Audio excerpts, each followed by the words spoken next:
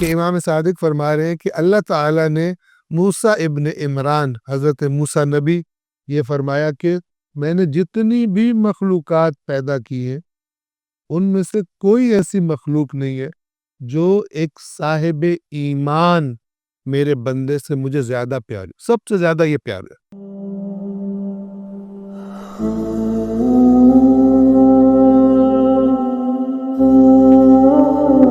اسی باب کی یعنی باب 31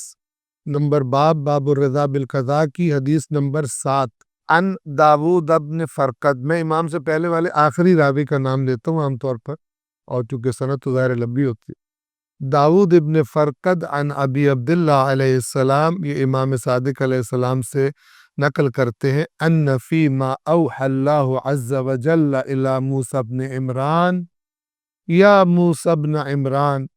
کہ امام صادق فرما رہے ہیں کہ اللہ تعالیٰ نے موسیٰ ابن عمران حضرت موسیٰ نبی صاحب تورات، اللہ نے موسیٰ ابن عمران کی طرف وحی فرمائی کہ اے عمران کے بیٹے موسیٰ یا موسیٰ ابن عمران، ما خلقت خلقا احب الی من عبدی المؤمن، میں نے کوئی ایسی مخلوق خلق نہیں کی کہ جو مجھے میرے مومن بندے سے زیادہ پیاری ہو۔ بہت بڑی بات، ٹھیک ہے، لیکن ظاہر ہے کہ مومن جس کو پھر اللہ نے خود بتایا ہوگا کہ کیسا ہوتا، یعنی یہ فرمایا کہ میں نے جتنی بھی مخلوقات پیدا کی ہیں ان میں سے کوئی ایسی مخلوق نہیں ہے جو ایک صاحب ایمان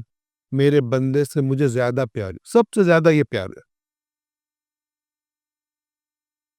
اب ہمارے اور شاید اللہ کی سوچ میں تھوڑا فرق ہے، ٹھیک ہے، کہ مثال پہلے تھوڑا پڑھ دو پھر آپ کو انشاءاللہ ایک مثال عرض کرتا ہوں جو اس کو پڑھتے ہوئے ذہن میں یہی کامن مثالیں بہت ساری ذہن میں آتی، کیونکہ یہ مجھے سب سے پیارا ہے مومن بندہ۔ فَإِنِّي إِنَّمَا أَبْتَلِيهِ لِمَا هُوَ خَيْرٌ لَهُ، تو اس لیے یقیناً میں صرف اس کو اس آزمائش میں ڈالتا ہوں جس میں اس کی خیر ہوتی۔ اب میں مثال دیتا ہوں، ایک باپ ہے، یہ مثال صرف تقریب ذہن کے لیے، یعنی اللہ پہ کوئی چیز فٹ نہیں آتی، اللہ کی مثال نہیں ہوتی، اپنے ذہنوں کو قریب کرنے۔ فرض کریں ایک باپ ہے تو وہ بہت زبردست ایتھلیٹ ہے، مثلا بہت فاسٹ رنر ہے اور بڑے اس کے پاس میڈلز، تو اس کو اللہ بچہ دیتا ہے، اب وہ اپنے کام کا عاشق ہے، اس کا دل کرتا ہے میرا بچہ بھی جو ہے نا وہ ایتھلیٹ بن، لیکن ظاہر ہے کہ اگر اس نے ایتھلیٹ بننا ہے اور ان جن مقامات تک یہ پہنچا ہے جو میڈلز اس کو ملے ہیں، تو اس کے لیے وہ بچے کو ہر وقت بستر پہ نہیں پڑھا رہنے دے گا، جو اس کا دل کرے کھائے، جب دل کرے سوئے، جب دل کرے اٹھے۔ بچے کا دل یہی کرے گا مجھے کوئی نہ اٹھائے سوئے کو، مجھے ہر وقت گیمز کھیلنے دی جائیں، جو مانگوں آ جائے۔ لیکن وہ جو باپ ہے جس کو سب سے پیارا اپنا بچہ ہے، لیکن وہ چاہتا ہے کہ وہ اس جگہ پہ پہنچے، تو وہ کیا کرے گا؟ پھر اس کا کوئی نہ کوئی پروگرام بنائے گا پراپر، کھانا کیا نہیں کھانا، کب اٹھنا ہے، کتنا دوڑنا ہے، کتنی ایکسرسائز کرنی ہے، فلان کرنی ہے۔ اس کے لیے ہو سکتا ہے سخت تو بچے کے لیے بہت،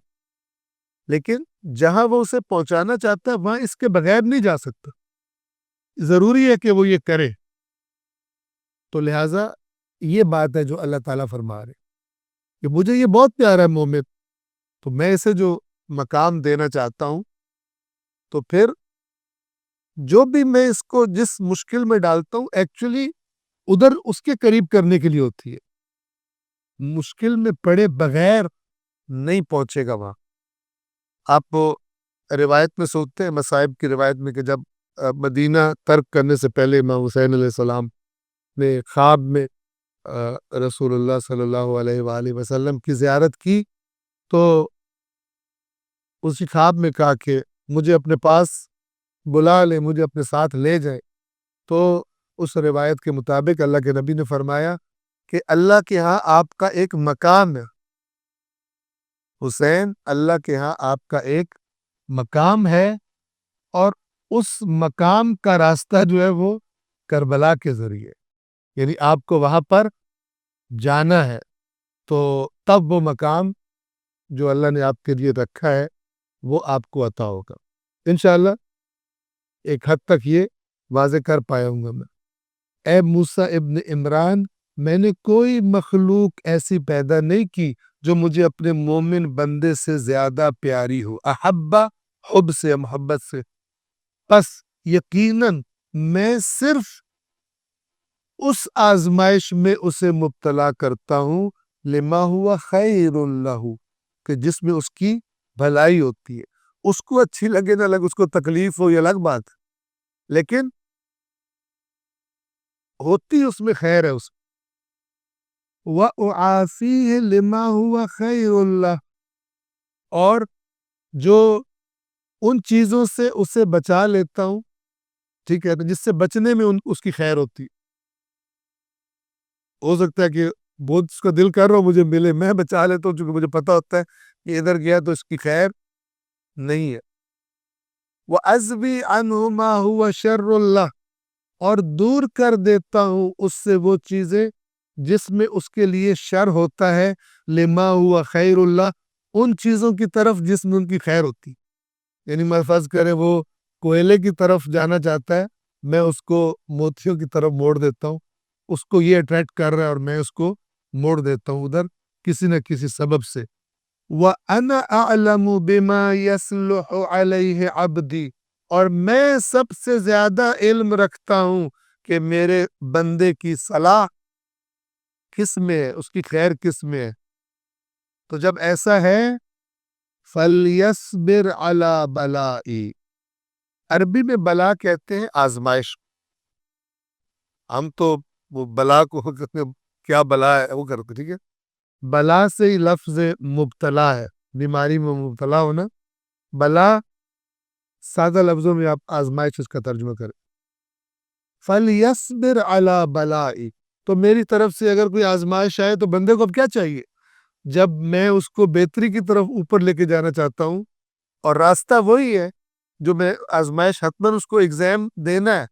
اس کو آزمائش دینی ہے تاکہ وہاں جا کر کھڑا ہو، تو اب بندے کو کیا چاہیے؟ برداشت کرے، ٹھیک ہے، صبر کرے میری آزمائش پر، وَلْيَشْكُرْ نَعْمَائِي،